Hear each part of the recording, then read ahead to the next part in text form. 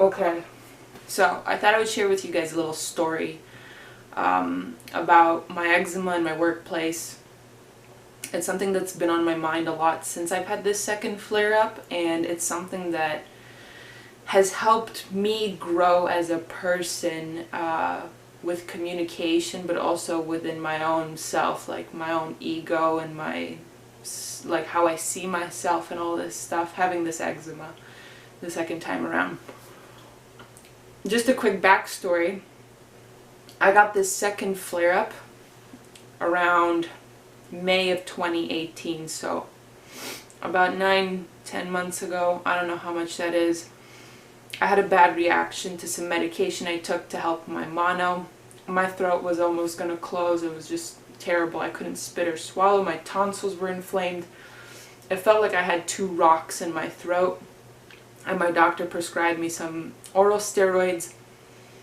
And from like history, all I know is that apparently steroids behave like antibiotics, and they can just wipe out your gut bacteria and set you back like many months or years even in the healing process, because now bad gut bacteria can colonize and wreak fucking havoc. Who knows? Either way, it coincided with taking the medication, and within a month basically I fell back into this flare-up. So whatever, June, 2-3 months later or something like that, I started working at the bakery, and it was just a place to make money. It was just a job. It wasn't supposed to be a long-term thing, but I think it was the first day I was really upset. Like, I fucking hate it that every single job I have, there's a catch. It's either too early, too much time, it's hard, it's boring, it's not good people to work with, the work is not rewarding. And so I had those feelings again, but by the second day, they all went away, because it was just instantly I clicked with the people I worked with. I liked the work that I was doing. It was kind of fulfilling this childhood fantasy of basically baking for a living and making money baking. And I just was so excited to go to bed every night, wake up the next morning, and to make muffins, biscuits, and scones. And it was just a dream come true. It also made my schedule really early, which is something I really liked. So instead of going to bed at like 11 or 12 at night, I was going to bed at like 7, 8 in the evening, waking up at 4. So it was like, it checked so many boxes off that I was looking for in my life, that I was temporarily willing to overlook the fact that my eczema was getting worse, because other things in my life were getting better. Now, things were getting worse with my eczema, and I couldn't carve myself out of it. I couldn't eat myself out of it this time around, because I just had some gut dysbiosis. I had something going on in my body that just food could not cure. The food was great. It helped prevent maybe even worse of a flare-up, in my opinion, but it certainly did not help reverse it. Not at this stage. So as time went on, I started having this paranoia, like, you know, is it certain foods I'm eating? Is it certain, like, you know, sugars or fats, or, you know, is it the bakery? Is it physically working with flour and butter? And so my mind was running a rampage, basically trying to self-diagnose and figure this out, because I thought, if anybody knows my body and what I can do to heal it, excuse me, it's going to be me. So my ego was at cloud 9, and I was just like unwilling to accept the fact that this wasn't going to go away until I sought out some professional help. So November came. It had been at this point June, July, August, September, October, November, about 6 months. And it's crazy. I went back to school in September. September, October were just nightmarish. I had to not only juggle working full-time, but also being a full-time student. And then gradually I cut down classes, so I was a part-time student. And then it got to the point where I was like, yeah, I cannot continue. And I halted being a student, and I went straight into just working full-time at the bakery.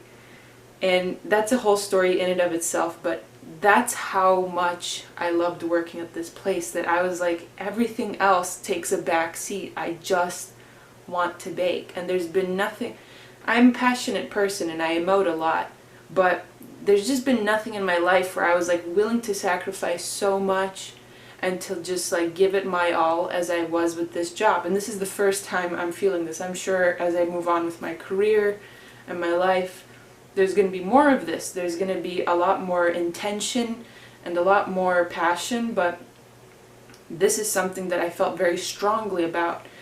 So I had this attachment with the bakery. I had this attachment with, you know, this is who I am. I identified with it a lot and I sacrificed for it a lot. So I felt like I was owed, you know, this satisfaction through the bakery because I've sacrificed so much for it. And so finally, November came around, we were doing Thanksgiving orders, and November 1st through 5th I had my water fast, and as I had hoped, I went through with it 5 days, and I thought things were going to get better. I honestly thought I was going to cure myself in those 5 days, and I was going to set myself on track to, you know, permanent and rapid recovery. Not only did that not happen, but that water fast actually plunged me into an even worse flare-up. Something about water fasting when you have a gut problem, it makes the bacteria run at 100 miles an hour faster. Something about starving them and then going back to food makes them wreak even more havoc. So I don't recommend fasting, especially if you've got some, you know, if you got eczema, honestly. So things started getting worse and I started to notice new eczema coming, itchier, it's spreading, it's slow, it's getting more intense, the kind of that's chronic eczema. Healing eczema is quite fast in the sense that things change quite dynamically and it's really intense, but it's not slow, it's not a slow burn, it's a rather like hectic, rapid, changing burn. So this one looked to me like things were getting worse and not in the direction of like healing, in the direction of getting worse. So end of November, Thanksgiving passed, and I was visiting family. So much so I loved the bakery that I didn't even want to come home for Thanksgiving. I wanted to stay and work and I didn't want to go home. I just tell you that it was just the world to me. And so I visited home. I was depressed. I was in a very anxious state, and I recognized that I was in a very manic state. I was like unable to sleep comfortably at night. I did not have restful nights. When I woke up, I wanted to stay in bed all day. I wanted to stay curled up. I did not want to use my hands to do anything. I was just feeling very angry and frustrated and confused and scared and not myself, honestly. And the only place where I felt myself in the bakery, I was starting to feel worse and worse because I had to use my hands. I had to be present. I had to be capable. And I was starting to feel like a dysfunctional, like non-functional adult. And then, so during the Thanksgiving break, I found out, because I had done this water fast based on Tim Sheaf having done a water fast, and then I find out that Tim Sheaf went back to eating animal products, and I was just utterly confused. I was like, this is just not an option. Like, my world is seen through vegan lenses, and there's just so much evidence saying that this is a diet that is going to help you heal and reverse disease, prevent and reduce animal suffering, and do all of this. So why would I change my outlook on life just because I got some eczema? I'm going to figure this out while still being vegan. So I ended up finding a Goji Man video about why this was not a good idea, or why all of this stuff on gut health and whatever, and you could have potential skin issues and all this stuff. So I sort of made that connection, like, oh shit, gut health and skin health. So I bought the tests, I reached out to him, and he recommended the 2 tests, and great. I bought them, but it was going to be a long time before number 1. I was going to get the tests, get the results, and get the treatment plan. So in that meantime, I basically was in limbo, and I didn't know what the fuck to do with myself. I was just like, it's going to be 2 months before I get to put any safe food in my mouth that he says, this is going to be okay to eat, this won't be, you got to supplement with this one you're going to have to take. It's just, I was going to wait a long time before I got any answers. So I started to have, again, this anxiety, like, what am I going to do until then? Until then, all these many weeks and months are going to pass, and I'm just going to get worse.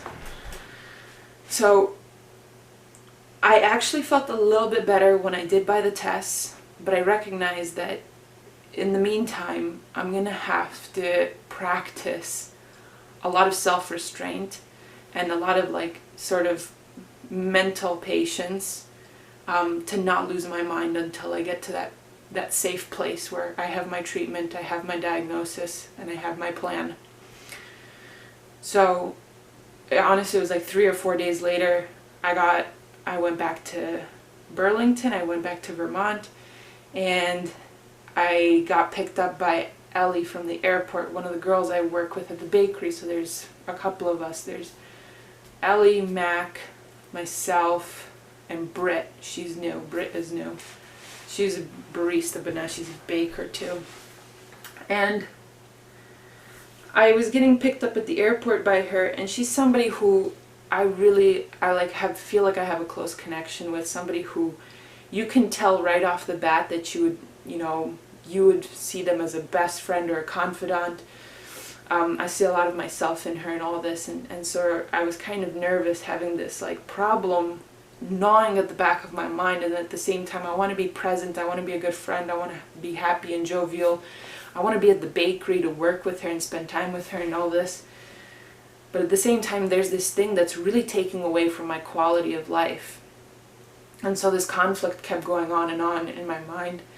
And then a few days later, sometime in early December, I decided to go through with taking some time off. I was just like, I know that the bakery is important to me, and I know I've sacrificed so much, but there comes a point where it can no longer take a back seat, my health, and I have to actually put that at the forefront of all of my concerns and put everything else in the back seat. This has just gone too far. No longer can I ignore this. So after getting picked up from the airport, quite literally the next day I came in, and I even remember complaining, like, oh my God, they reduced my schedule from 5 days to 4 days. I made the decision almost immediately, like, I have to take time off. So complaining was for nothing. I went in, and Mac and Ellie were working. I go into my boss's office, and I was, like, explaining to her, listen, and this was hard for me. This is coming from somebody who didn't open up about having eczema with my best friend, Labiba, until 2 years into our friendship. So, and we can joke about it because I know her very well, and I sort of have a secure relationship with her, but everybody else, I don't have so secure of a relationship. I don't care to be vulnerable with people I don't know that well.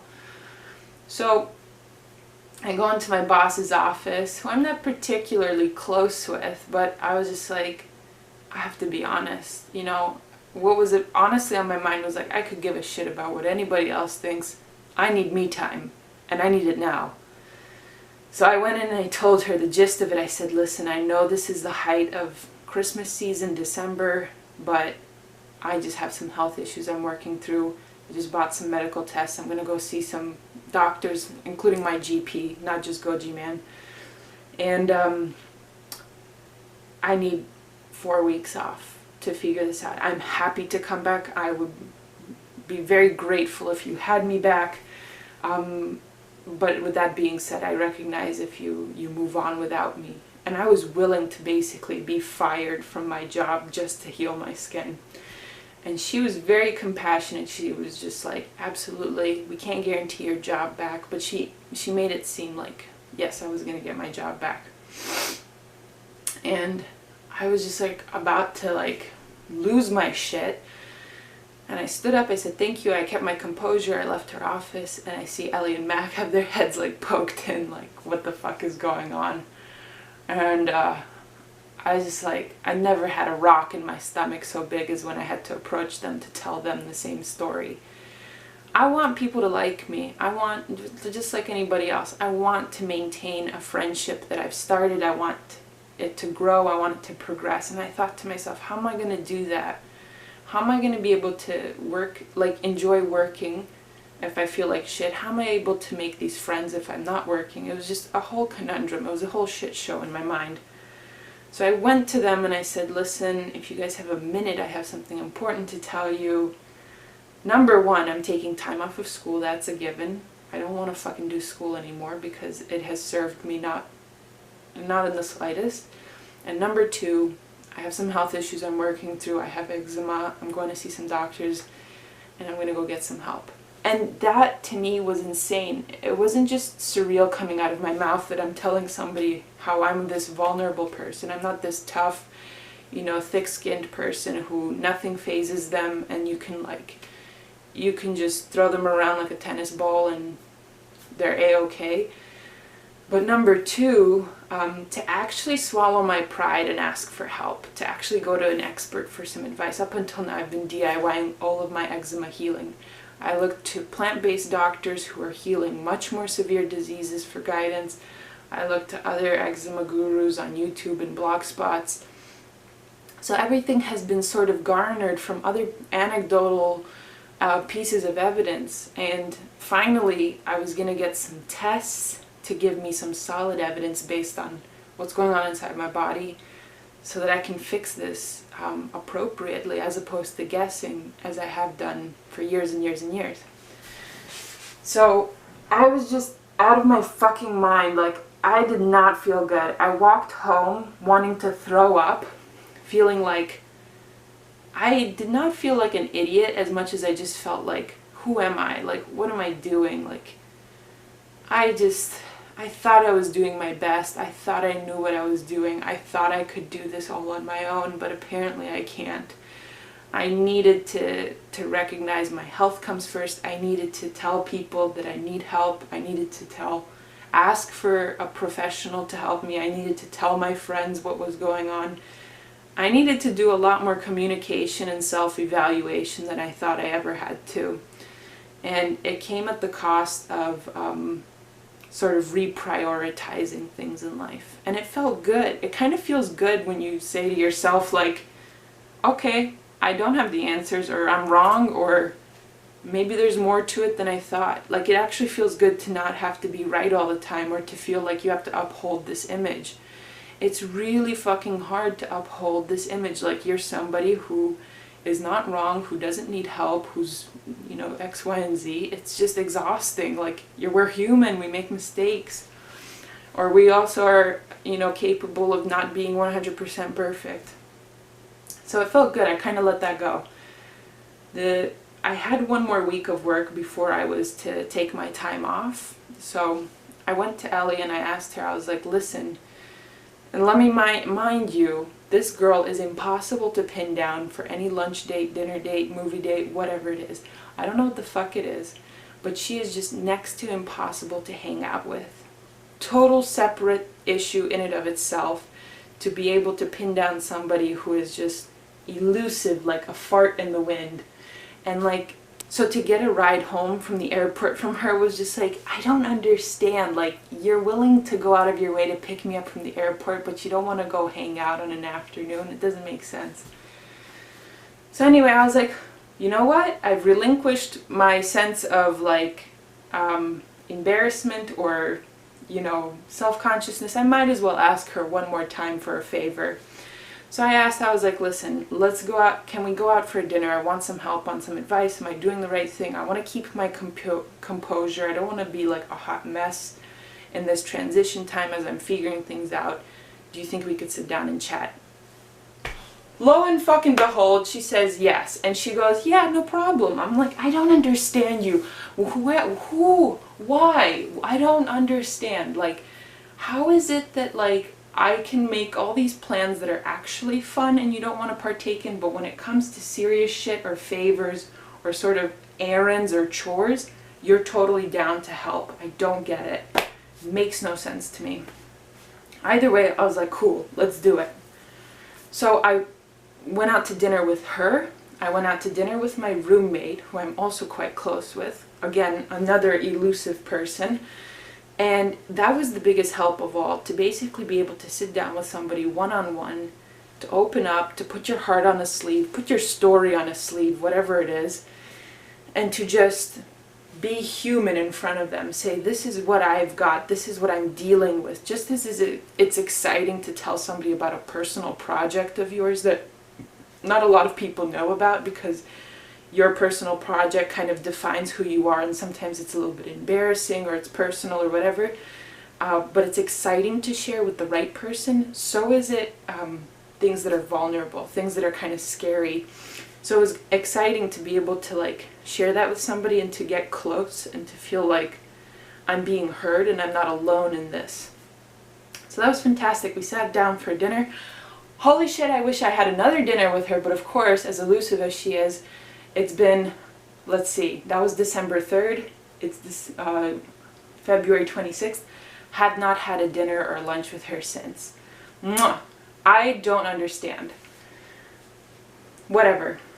After that, December 3rd, I took my month off, and during that time I met with Mac. She came over. Also, we talked about my thing, and it just felt so good to be able to open up to people, to be able to recognize that this isn't something to be ashamed of, and it's also not something hard to talk about. It's just, it is what it is. It's just like any other thing in your life that you're dealing with. Now, one thing I want to say from this is that I didn't want to be selfish about this. I didn't want to be like, oh, poor me, I have eczema, and, you know, let's only talk about my problem. What ended up coming from this, what I learned from Britt after I came back to work at the bakery back in January, about, let's see, almost 2 months ago now, I worked one-on-one with her, and she's a really good listener. And I almost felt guilty to a degree talking about myself and all these things that I'm going through, because I have magnified my problems to be twice the size of my ego.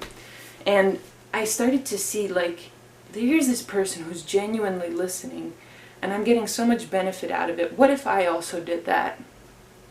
So what ultimately ended up happening is I have my friends, Ellie, Beth, my roommate, Mac, the other girl I work with, and Britt herself. I was extending myself to be the support that they were for me. I started to listen to them. I started to engage in more deep conversations with them, especially at work. When you're there from, we're there from 4:30 to 11, but really from 4 to 7 is when we have sort of quiet time. The sun has not risen.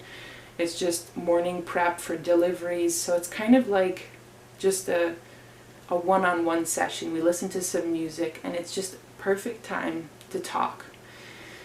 So we got to talking about our families, about our relationships with our families, issues in our lives, things that we're working through. And I began to realize, holy shit, I'm not the only person with problems. I'm not the only person who feels kind of like this is this issue in my life that I think about a lot.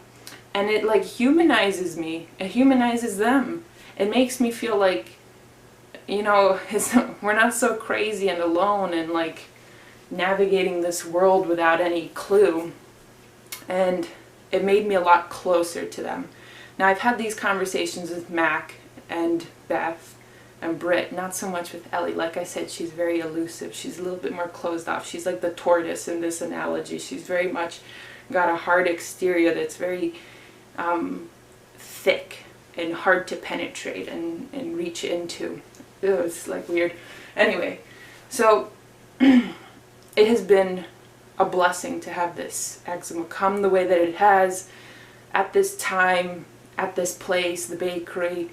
It's just a weird combination of how things worked out, that I've grown with my communication skills. I've grown with my sense of modesty. If anybody knows anything about me, I'm not a modest person. I do not have the humility of Gandhi. I am very much somebody who boasts about their accomplishments, who jokes about being the best and all this stuff. Yes, I can be modest, but it's not something I pride myself on. It's not like I go around not taking any claim to fame. So I have had a big ego check in this whole healing journey, you know, reaching out for help, reaching out for support, and reaching out to take time off of work to take care of myself. And likewise, making such close friends in the process of trying to recompose my life and my health and all of this. It's just been such a wild trip. And I'm nowhere near healed or perfect. And this is something I wanted to touch on in another video, but I might as well do it here. The reason why negative comments don't faze me so much is because I'm in such a good place right now, both state of mind and like physically. Like, I get to work, I feel functional, I work with people I really genuinely love to work with, doing work that I really love. And likewise, I have my treatment laid out for me. You know, I've overcome the bacteria overgrowths, the candida, or whatever I had. So now it's really just putting in the effort with a clean, healthy diet and time to recover. Now is the time when it's just food and like probiotics, I guess. But so I have a day-to-day peace of mind that I just did not have throughout most of the year last year. And it feels really good to, even though I'm not 100% perfect or 100% recovered or healthy, I feel like I have the mentality of somebody who is. I feel like I can communicate with people and help them, you know, like, and talk with them and tell them about my problem and all that. And so like I feel complete in a sense. So it's been a really, really good last few weeks. And it's it's been hard to say the least. The last thing I wanted to leave off with, something that I recognized, is that things don't have to be complicated. This is something that I'm still trying to figure out. I used to think that the more nuanced and sort of fine and detailed something is, the more correct it is. I don't know if that makes sense. So like the more complicated a diet is, like you have these cleanses and detoxes and water fasts and this and that, that'll surely be the ticket to success. When in reality, it's two things. The ticket to health and success is having a diagnosis for your issue, a proper diagnosis using medical testing and possibly a doctor sitting down with you. And number two, eating a balanced whole foods plant-based diet. So that targeted treatment and a balanced diet are going to be your ticket to success. It's plain and simple. Know your problem and treat it with a consistent, healthy diet. That's it.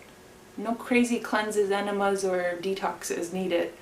You're just throwing your body for a wild fucking roller coaster ride when you do that. Likewise, I appreciate so much the simplicity of these friendships with Mac, with Britt, with Beth, and the complexity comes with Ellie, that, you know, it is very much an attractive thing to be friends with somebody who's kind of elusive and mysterious and sort of hard to pin down, just like these crazy cleanses and diets, like all banana cleanse, all potato cleanse and detoxes and juice fasts and shit like that. It's fun to do those things. They're like crazy. You think that you're gonna get something super rewarding out of it, but in reality you don't get something super rewarding. You actually kind of backtrack in your success, and you kind of are left sort of disillusioned and felt like this wasn't really the answer. This didn't make me feel much better off. And I'm not trying to trash being friends with her. I still like being friends with her. I'm just saying that it's very complicated, and it's like I enjoy the simplicity, I enjoy the reliability, I enjoy the consistency. And that's something that I really appreciate, and I want to spend more time in investing in things that, you know, it's a simple living and high thinking. I don't want to have it the opposite way. I don't want to like overcomplicate the simple things and oversimplify the complicated things. And in that sense, that's where relationships fall into, that's where diets fall into, that's where, you know, lifestyle practices fall into. Keep it simple, but practice it at a high level, high quality of life. So in that sense, I'm in a much better place in life, and it took some work to get here, and it still is a lot of work to keep going. And this is an insanely long video. but I'm glad if you got to this point. Fucking fantastic. And I hope you guys got something out of this. It sure as hell felt good to get it off my chest. And I have so many exciting things planned ahead for me. And it's not without a lot of self-care that I've gotten here, and that now I'm excited to plan these things. So I'm really excited to share that with you guys, and I hope to see you in the next video. Peace.